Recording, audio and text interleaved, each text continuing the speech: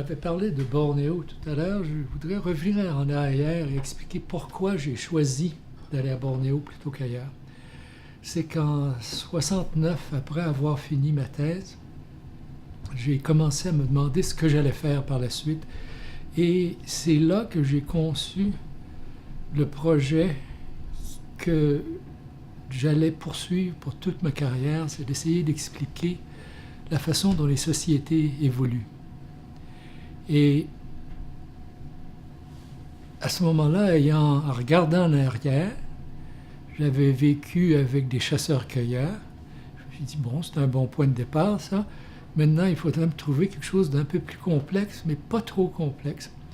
Alors, je me suis dit, ça serait intéressant d'étudier une société d'écobueurs, des gens qui cultivent sur brûlis et qui se déplacent avec le temps. J'avais une forme, c'est évident que j'utilisais à ce moment-là une forme très naïve d'évolutionnisme qui était basée sur les aspects techniques.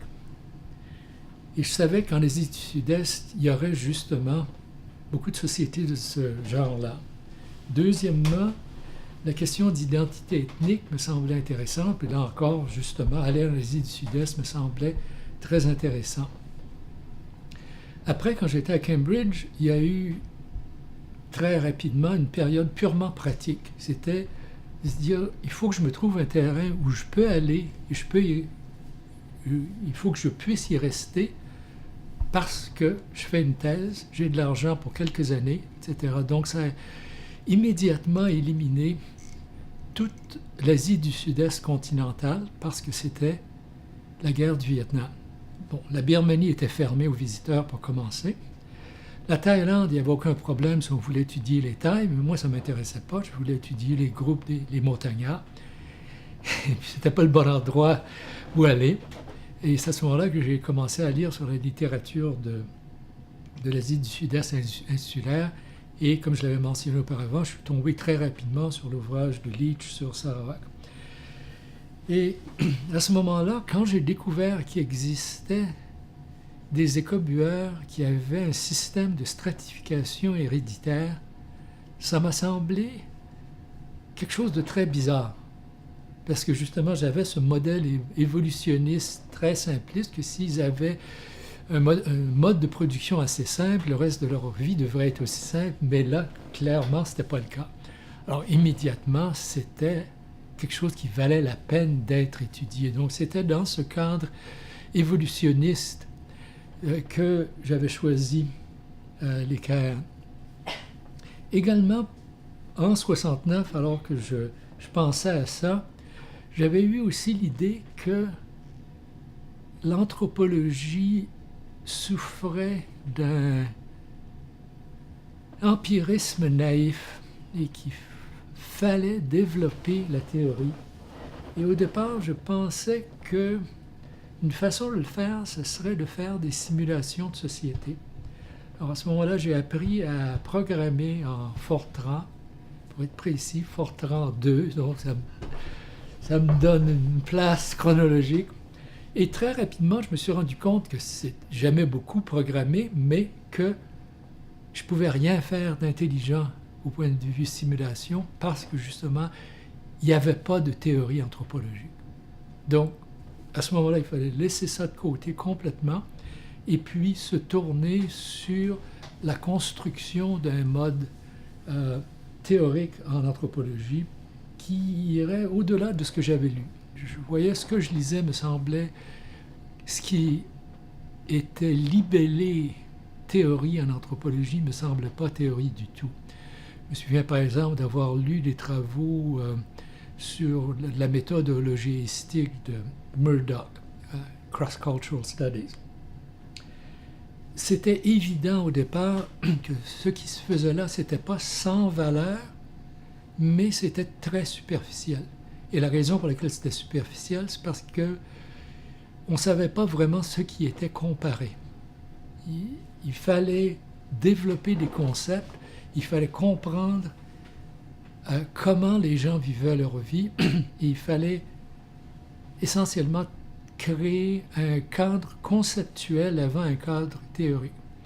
Le fait d'être en Angleterre m'avait aidé de ce côté-là après coup, parce que justement, contrairement au libellé nord-américain, qui est celui de l'anthropologie culturelle, en Angleterre, on parlait d'anthropologie sociale. Et c'était vraiment, dans ce cas-là, l'idée qu'il existe une organisation sociale, un système social qu'on peut décrire et comprendre et qui va être cohérent. Donc, c'était ça qui était mon modèle pour la recherche que j'allais commencer. Donc, à ce moment-là, j'allais être un anthropologue britannique. Et j'ai vraiment travaillé, et je pense qu'en un certain sens, j'ai continué à être un anthropologue britannique tout en n'étant pas du tout britannique. Ils sont d'accord là-dessus. J'étais un frog. Et je cite. Bon, là, on retourne à Bornéo. Il y a eu un aspect méthodologique qui me semblait important au départ. À cette époque-là, il n'y avait pas de manuel pour expliquer comment est-ce qu'on faisait du terrain. Et à ce moment-là, je me suis dit, il me faut quelque chose. Étant donné ce que j'avais fait chez les Inuits, qui était simplement... c'était leur faire perdre leur temps, en un certain sens. C'était embarrassant d'avoir quelqu'un comme moi aller là, puis simplement faire ce qu'ils ne savaient pas. Je ne sais pas ce qu'ils ont dû penser de l'anthropologie, si vous voulez. Mais il fallait trouver quelque chose de systématique. Et la seule chose pour laquelle j'ai trouvé un texte qui m'a aidé, c'était en psychiatrie. J'ai trouvé un classique de la psychiatrie, les Psychiatric Interviews, quelqu'un qui s'appelait Sullivan. Et donc, essentiellement, il explique comment est-ce qu'on fait les gens parler, qu'on fait parler les gens. Et ça m'a semblé très utile. C'est évident que dans ce cas-là, je voyais qu'il fallait faire des ajustements, en ce sens que le psychiatre, les gens viennent à lui pour parler, tandis que dans mon cas, il fallait que je les trouve, mais ça m'a donné des bases. Mais également, ça m'a fait penser à un problème auquel j'avais déjà pensé à l'Université de Montréal quand on avait des cours sur les classifications. On avait des cours de Gillian Sankoff, ethnosciences. Et justement, elle nous montrait ces classifications précises qui avaient été établies, comment les gens classifiaient les plantes, ou il y avait un travail qui avait été fait sur la classification du bois de chauffage chez les Ojibwés, et ainsi de suite. Et c'était des classifications cristallines. Tout était très clair, il y avait un niveau général, il y avait un niveau en dessous, etc. C'était des taxonomies parfaites. Et moi, je n'étais pas content de ça. Je me disais, ça me semble peu plausible. Je pense qu'il y a un problème méthodologique, c'est-à-dire que si on commence avec l'idée que les gens ont une taxonomie et que cette taxonomie-là est très claire, ils vont donner des réponses claires, mais on crée la clarté qui n'est pas là. Donc, étant donné mon intérêt pour l'identité ethnique et la question comment les gens conçoivent l'identité ethnique, j'ai, dès le départ, fait un choix extrêmement clair qui était celui-ci. Je ne parlerai jamais du sujet. Je ne poserai même pas de questions à propos de l'identité ethnique au-delà des interventions qu'un psychiatre aurait fait. Ils sont « Ah bon? Ah, c'est très intéressant. » Essentiellement pour que les gens continuent de parler, mais rien d'autre. Et surtout, ma préférence était d'écouter les gens parler entre eux à propos de questions ethniques. Je me souviens d'une journée, par exemple, où j'avais 2 passagères dans mon bateau, une femme dans la trentaine et sa fille qui avait 10 ans, 12 ans. Et justement, quand on passait devant chaque village, elle expliquait à sa fille, « Ah là, ce village-ci, c'est le village Sekapan. » Et eux, dans leur rituel, ils font ça. C'était entièrement correct. Ils connaissaient très bien la situation. Ils ont ce rituel-là que nous, on n'a pas, puis elle expliquait tout. Donc, c'était un sujet de conversation entre eux. Et c'est ce que j'ai fait très lentement. Je notais ce que les gens disaient. Et jusqu'à un certain point, j'ai étendu ça à l'organisation sociale en général. Il y avait des sujets où ce n'était pas du tout un problème, comme par exemple, quand j'ai vu la façon dont les gens divisaient les sangliers. Quand il y avait un gros sanglier qui avait été tué, il y avait une division obligée de l'animal, où la tête devait aller au chef, un quartier arrière allait au chef, puis après le reste était divisé en portions systématiques. Donc, c'était tellement systématique que dans ce cas-là, je savais qu'il n'y avait aucun problème à demander comment est-ce que vous faites la division. Et là, on m'a donné littéralement un mode pour expliquer comment on fait la division. Et c'était en effet extrêmement rigide. C'est-à-dire que si on a une longue maison et le chasseur est ici, sa priorité, c'est de distribuer des portions à ses voisins. En somme, aller aussi loin que possible, mais sans aller en deçà d'une portion acceptable. Il y a une portion qui est acceptable, au-deçà, ça ne se donne pas. Et puis, dans ce cas-là, il me disait très clairement, c'est vraiment la proximité qui est importante. Et puis là, je pouvais poser une question, je veux dire, oui, mais votre sœur, elle vit à l'autre bout de la maison. Ah, on n'a pas le droit de lui donner une portion. Par contre, ce que je peux faire, c'est que je peux garder pour moi une portion un peu plus grosse, puis après, plus tard, je vais aller la voir secrètement, puis je lui donne ça. Donc, dans ce cas-là, il y avait des sujets où je pouvais poser des questions sans aucune difficulté, et je le faisais. Mais dans l'ensemble, je m'ajustais à cet aspect-là de la possibilité que les gens vivent leur vie d'une façon qui n'est pas complètement logique. Et au fond, si on y pense, on n'a pas besoin d'aller très loin. On a simplement à se regarder soi-même pour savoir que la logique, c'est très beau, mais que des fois, on y manque aussi. Donc, je pensais que de ce côté-là, l'ethnoscience allait dans la mauvaise direction au point de vue technique parce qu'elle créait une irrégularité. Et justement, c'est ce qui s'est passé dans mes études sur l'identité ethnique. Comme par exemple, quand j'ai commencé finalement à faire un tableau pour organiser les choses, il y avait un groupe que, si à cette époque-là, les ordinateurs avaient déjà existé et avec des images, ce groupe-là aurait oscillé constamment entre un niveau et l'autre niveau. Et donc, il y avait une illogique dans la classification. Mais j'étais certain que c'était illogique de ce côté-là. Ce n'était pas une bonne taxonomie du point de vue logique. Il s'ensuit que si c'est le cas, il doit avoir une bien bonne raison, parce que c'est plus économique d'être logique que de ne pas l'être. Et justement, ça m'a amené beaucoup plus loin dans l'étude de l'identité ethnique, c'est qu'eux occupaient une position sociale à Bornéo qui était tout à fait originale. Mais je ne m'en serais pas rendu compte au départ, parce que je partais d'un modèle selon lequel il existe, pour utiliser l'ancienne terminologie, il existe des tribus. Chaque tribu a sa propre culture et cette culture-là forme un tout organique. Et ça, c'est justement à la base des études hologéistiques. Et ce que je découvrais, c'est que ce n'était pas vrai. D'abord, dès le début de ma recherche, de découvrir qu'il existait des agnostiques, c'était énorme. Et d'ailleurs, ça m'a forcé par la suite à comprendre, à étudier le Moyen-Âge européen pour comprendre pourquoi la religion avait eu un impact si énorme sur l'Europe, et ainsi de suite. Mais rapidement, ce que je voyais, c'est qu'il existait toute une série de variations.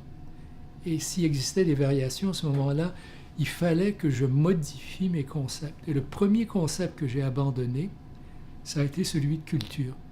Que la notion, et ça je le dis de façon complètement convaincue, la notion de culture est absolument pourrie. Elle n'est pas utilisable.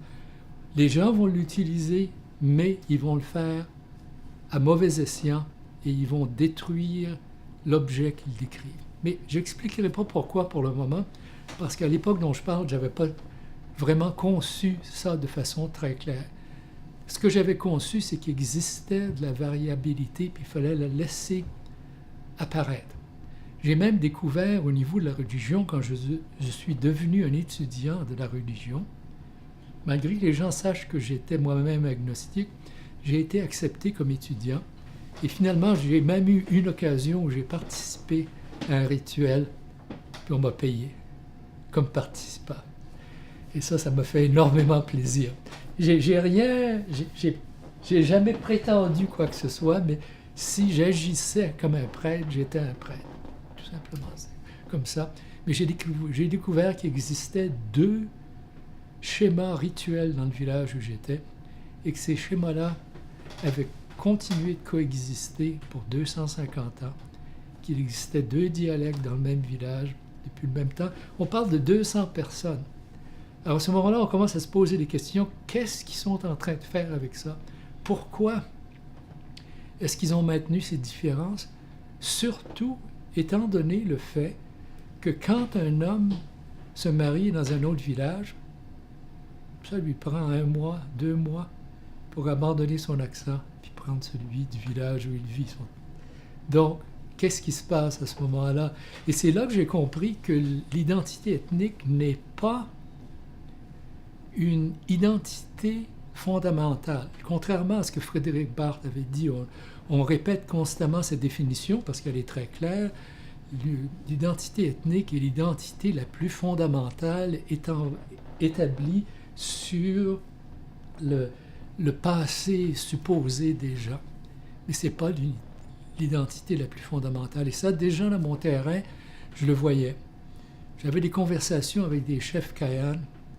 À un moment donné, il me disait, oui, moi qui suis Kajang. Puis il me disait telle chose. Et finalement, j'ai compris qu'il me disait quelque chose qui était politique. Il pouvait faire un lien historique, etc., mais ça changeait constamment. J'ai eu moi-même la situation où j'ai eu des conversations à propos de mon identité. Dans ma 2e année, les gens me disaient « Ah, ben maintenant, toi, tu es Kayan. » Puis je me disais ben, « C'est bien gentil, ça. » Puis alors, je leur disais « C'est gentil, mais... OK. » « Non, tu es vraiment Kayan. On sait que tu es laid.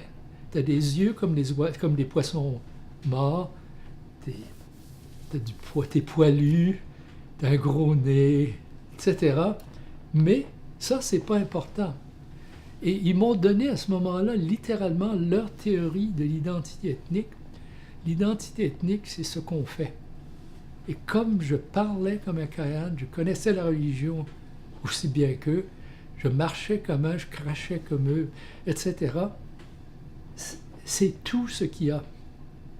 Et pour moi, ça a été un choc. Ça m'a pris un bon bout de temps pour le comprendre parce que je venais d'un monde où c'était l'inverse. Mon père avait un intérêt, une fascination. Il était un nationaliste, justement. Son directeur de thèse, le frère Marie-Victorin, avait été un nationaliste important au Québec. Le fait d'étudier la nature, c'était une étude de la nation, etc. J'avais grandi dans un monde nationaliste où, pour lui, établir des liens avec le passé était très important. Et je me souviens, quand on était en France, on allait en Picardie, en Normandie, qui étaient justement les régions dont on venait, c'était important. C'était nos cousins, et eux réagissaient de la même façon. Ils avaient, en France et en Europe occidentale en général, il y a la même définition de l'identité ethnique. C'est quelles sont nos origines supposées, quelles sont celles qu'on met de l'avant. Et c'est très important. Et de ce côté-là, là, je vais aller en avant pour un moment. En 1984, je suis allé du côté indonésien de Bornéo. Et puis, là, je suis allé voir des groupes dont le nom ethnique est différent. Ils s'appellent Busang, mais ce sont des Kayan. Alors, je parlais avec eux, puis je leur donnais des histoires à propos des gens avec qui j'avais vécu. Et avant ça, moi, je visitais plusieurs communautés là, de ce côté indonésien-là. Et les gens étaient très intéressés à me parler. Donc, parfois, je restais une journée dans un village, puis je pouvais écrire 40-50 pages. J'avais tout ce qu'il me fallait. Ils étaient très enthousiastes. Je me disais, il y a toujours l'aspect réciprocité. Alors, je vais leur parler des Kayan avec qui j'ai vécu. Et ça, je l'ai fait plusieurs fois dans plusieurs villages. Puis je me suis rendu compte rapidement que les gens m'écoutaient de façon polie.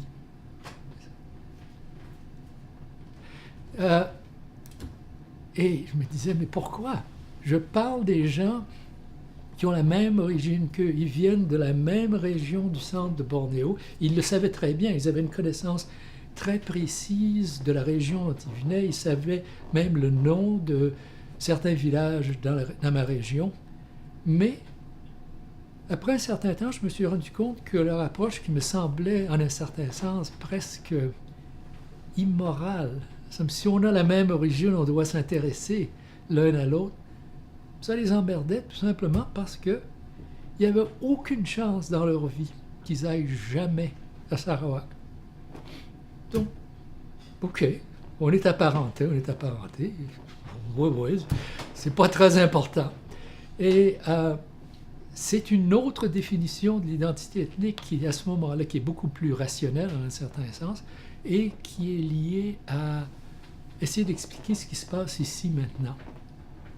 Donc, rapidement, pendant mon terrain, je me suis rendu compte que je pouvais, en un certain sens, avoir deux volets séparés. Un qui était sur l'identité ethnique, puis l'autre qui était une étude classique d'anthropologie basée avant tout sur une communauté, celle où je suis resté le plus, mais également sur une région, en écrivant par la suite une monographie tout à fait classique, commençant avec les conditions géographiques, l'agriculture, etc., etc. Et ça a été un excellent exercice de faire tout ça. Et en le faisant, j'ai aussi découvert une autre chose qui m'a montré une... je ne sais pas si c'est une limitation, oui, une limitation de la façon dont on m'avait enseigné l'anthropologie. C'est évident qu'il fallait que j'étudie les questions de parenté, parce que la parenté, ça appartient à l'anthropologie. Ça, c'était encore plus vrai en Angleterre qu'en Amérique du Nord. Alors, bon, quand j'étais là au début, puis j'apprenais le Kayan, j'ai noté les termes de parenté. Ça n'a pas été long, parce que c'est une classification soi-disant hawaïenne, où c'est le même terme pour grands-parents, grands-oncles, etc. Même chose, parents, oncles, etc. Il n'y a même pas de différence entre hommes et femmes, la seule étant père et mère. Tout est extrêmement simple. Mais quand j'étudiais l'agriculture, je faisais face à une situation extrêmement intéressante, qui était celle que les Kahan considèrent qu'il n'est pas moral de faire l'agriculture du riz, spécifiquement, par soi-même. Il faut collaborer. C'est essentiel, c'est comme ça qu'on fait les choses.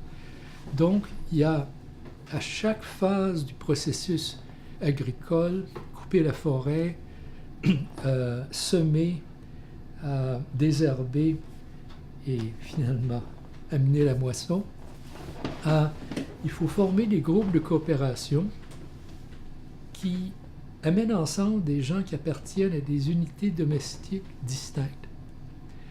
Et le système est organisé de façon extrêmement rigide, c'est-à-dire qu'une journée, je travaille sur vos champs, demain, on va travailler sur vos champs, et ainsi de suite. Finalement, on fait le tour. L'échange de travail est absolument égal et il est comptabilisé. Donc, il faut que tout le monde travaille autant, le même nombre d'heures, et ainsi de suite.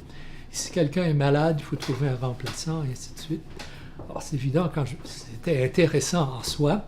Alors, je notais tous les groupes de coopération et je remarquais qu'ils n'étaient pas particulièrement apparentés entre eux.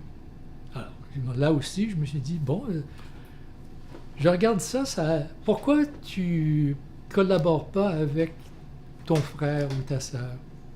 Oh non, c'est pas comme ça qu'on fait les groupes de coopération. La parenté, ça n'a aucune importance pour nous. Et puis, ça m'a frappé. Alors, à ce moment-là, j'ai continué à noter ça. Mais c'était vraiment la réalité que je voyais, c'est que la parenté n'était pas importante. Le seul aspect où il y avait une légère importance, c'est que quand les gens construisaient une nouvelle longue maison certains d'entre eux aimaient avoir une sœur à côté. Nous sommes deux sœurs ensemble parce que je vivais dans une société uxoriée locale. Il y avait une préférence pour ça, mais c'était tout. Autrement, non seulement les gens apparentés l'un à l'autre ne collaboraient pas plus entre eux qu'ils le faisaient avec d'autres, mais ce serait immoral de le faire. Il y avait une règle de préférer les gens de sa parenté, c'est pas une chose qu'on peut faire. On appartient à une communauté et il faut être égal partout. Donc, là encore, je voyais quelque chose d'intéressant, une société qui était organisée d'une autre façon. Et une des raisons pour laquelle j'ai choisi les Kayanes, c'était justement la stratification sociale. Et ça, pour moi, ça a été un phénomène d'une grande importance.